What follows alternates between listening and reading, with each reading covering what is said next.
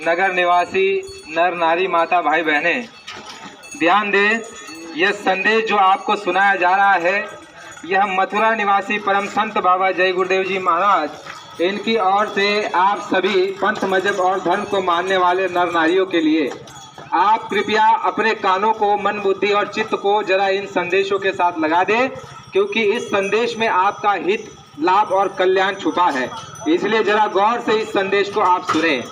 बाबा जय गुरुदेव जी महाराज ने आप सभी से अपील और प्रार्थना की है कि आप यदि किसी भी तरह के पशु पंछी का मांस का मुर्दा अगर सेवन करते होंगे, शराब जैसी गंदी गलीज चीज का अगर आप पान यानी उसको पीते होंगे, तो इसको आप जल्द से जल्द बंद कर दें। वह इसीलिए क्योंकि बाबा जय गुरुदेव जी महाराज ने कहा कि कुदरत आपके इस काम से सख्त नाराज है, क्योंकि जिस कुदरत ने, प्रकृति ने मनुष्यों को बनाया, उसी ने पशु पंछी को, जानवरों को, कीड़े मकोड़े, गाय भैंस, कुत्ता बैल, मछली को, मुर्गी को, तमाम पशु पंछियों को बनाया। जिस तरह से मनुष्य को जीने का अधिकार है, इसी तरह पशु पंछियों को भी जीने का अधिकार है। किंतु आप अगर अपने स्वाद के लिए उन्हीं जानवरों को, उन्हीं पशु पंछियों के गर्दन पे छुरी लगाकर अगर उनके मुर्दे मांस को अगर आप खाओगे, तो यह हो जाएगा अन्याय। और जब जब धरती पर अन्याय होता है, चाहे मनुष्यों पर हो, चाहे पशु पंछी पर हो, तब तब इस सृष्टि को बनाने वाला जो मालिक है, वह यहाँ पर जो है उन मनुष्यों को सख्त से सख्त सजा देता है और कड़ी से कड़ी जो है उन पर कार्यवाही ईश्वरीय तौर तरीके से होती है। ईश्वरीय तौर तरीका बड़ा निराला है, जिसको आप और हम समझ नहीं सकते। जब प्रकृति नाराज होती है, तो वह नाराजगी के बदले में मनुष्यों को बीमारी देती है। जब प्रकृति नाराज हो जाती है तो बीमारी दे देती है। जैसे आपने देखा होगा, मानमोड़ी का एक समय था, इन्फ्लुएंजा उसको कहते हैं। यह प्रकृति की दी हुई सजा थी। इन्फ्लुएंजा मानमोड़ी में यह होता था कि लोग जो है जब मरते थे तो उन लोगों को जो है पहुंचाने के लिए लोग जाते थे, तो पता चलता था गांव में और 10 लोग मर गए। तो जब पैदल ले जाने वाले तो बैलगाड़ी में ले जाते थे। और आपने देखा मानमोड़ी का जब समय था, उस समय पर कई गांव तबाह हो गए, यानी गांव के गांव बैठ गए। पूरी जनसंख्या, पूरी आबादी उस समय पे खत्म हो गई। ऐसे कई गांव हमारे खानदेश विस्तार में मिलते हैं जो पूरे के पूरे गांव समाप्त हो गए। तो जब मनुष्य धर्म की ओर से मुड़ करके अधर्म के रास्ते पर चलने लग जाता है, उस समय प्रकृति का बाण चलता है। वह शस्त्र है, एक तो बीमारी, वह बीमारी देती है। दूसरा उसका शस्त्र है, वो भूकंप लाती है।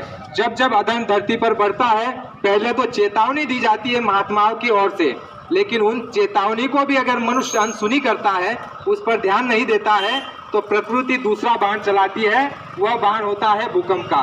और भूकंप में आपने देखा, कच्छ भुज में भूकंप आया, गुजरात में भूकंप आया, भारत में कितने ऐसे भूकंप आए। उस भूकंप में आपके पैसे, आपकी बंदूक, गोला बारूद, आपकी पद प्रतिष्ठा, आपका मान सम्मान, सबका सब धरा का धरा रह गया। और प्रकृति ने जब बाण चलाया, भूकंप आया, तो कुछ ही पलों में, कुछ ही क्षणों में लाखों करोड़ों लोगों का न्यारा व्यारा हो जाता है। वह है दूसरा शस्त्र। तीसरा शस्त्र प्रकृति का यह है, बाबा जी ने कहा कि वह जो है युद्ध छेड़ देती है। और ऐसे अनेक जो है सुनामी लाती है, और अनेक ऐसे शस्त्र प्रकृति के चलते हैं।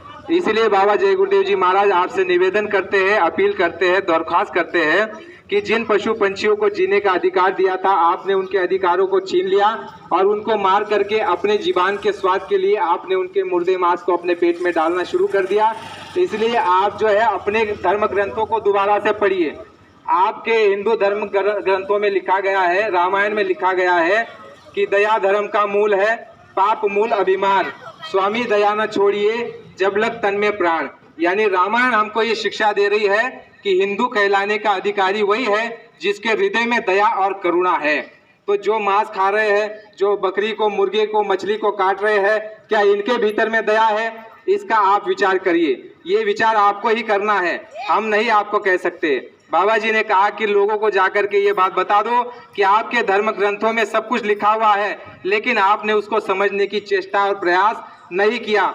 दूसरी ओर से चलिए, हमारे संत जो है तुकाराम महाराज कहते हैं कि मांस मांस सब एक है, हिरन बकरी गाय, और आफत देखे जो खाए, निश्चित नरके जाए। ये तो आपके तुकाराम महाराज कहते हैं।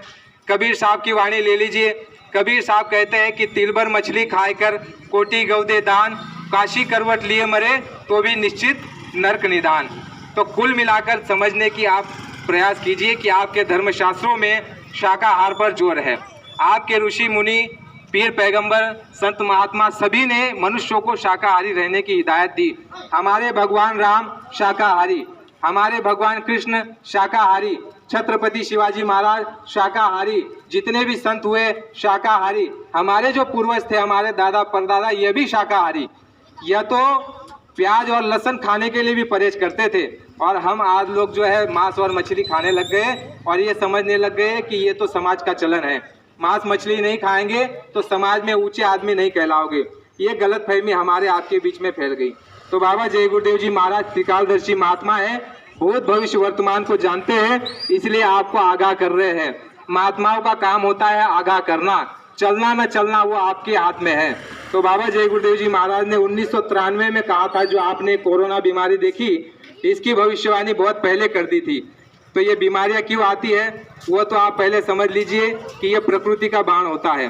बाबा जय गुरुदेव जी महाराज ने कहा था, आप सभी हिंदू, मुसलमान, सिख, ईसाई शाकाहारी हो जाए, नहीं तो भविष्य में ऐसी बीमारियां होगी जिसकी जानकारी और दवा डॉक्टर के पास नहीं होगी।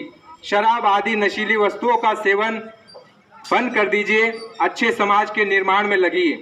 गोरखपुर 22 फरवरी 1993, यानी आज से कई वर्षों पहले बाबा जय गुरुदेव जी महाराज ने बताया था कि कोरोना जैसी महामारी बीमारी आपके सामने आएगी, और वो आई। तो ये इसलिए होता है क्योंकि हमने अपने महात्माओं की बातों को ठुकरा दिया, धर्मशास्त्रों को नहीं समझा, ऋषि मुनि, पीर पैगंबर, संत महात्माओं की शिक्षाओं को हमने ठुकरा दिया। इसलिए आपके और हमारे सामने ऐसी परिस्थिति निर्माण हो गई कि बीमारियां का कहर आ गया, घर में लड़ाई झगड़े झंझट, और जो है हर तरह से हम मुसीबत में हैं। इसलिए बाबा जय गुरुदेव जी महाराज कह रहे हैं कि आने वाले संकट से, आने वाली विपदा से, आने वाली बीमारी से, आने वाले लड़ाई झगड़े से, आने वाले भूकंप से, आने वाले विश्व युद्ध से अगर आप बचना चाहते हो तो आपको एक उपाय और एक जरिया दिया जा रहा है, वह शाकाहार का। आपको धर्म नहीं बदलना, जात नहीं बदलना, संन्यास नहीं लेना। बाबा जय गुरुदेव जी महाराज ने कहा, अपने जाति बिरादरी में, अपने समाज में रहो, अपने धर्म में रहो और आप शाकाहारी हो जाओ। किसी भी प्रकार के मांस, मछली, अंडा और शराब, इसका सेवन आप जल्द से जल्द बंद कर दे। अगर आपने ऐसा नहीं किया, साथ साथ ये भी बता दिया कि अगर आपने ऐसा नहीं किया तो वह समय आपको देखने को मिलेगा कि लाशों पे लाशों का होगा नज़ारा। सुने तो जाओ संदेश हमारा, लाशें सड़ी गांव में पड़ी रहेगी, उठाने वाले न यार मिलेंगे, कहे जय गुरुदेव जमाना बदलेगा। अगर आपने इस बाबा जय गुरुदेव जी महाराज की बात को नहीं माना तो बाबा जय गुरुदेव जी महाराज त्रिकालदर्शी महात्मा है, आने वाले समय को उन्होंने देख लिया, इसलिए हमको दौड़ाया कि जाकर के लोगों को बता दो कि आने वाला समय इतना भयानक है, उससे किसी भी तरह से आपका बचाव नहीं हो सकता। भौतिक साधनों से आपका रुपया, पैसा, ज्ञान, डिग्री, पद, प्रतिष्ठा सब धरा का धरा रह जाएगा, और उस संकट से बचा जा सकता है केवल शाकाहारी होकर के।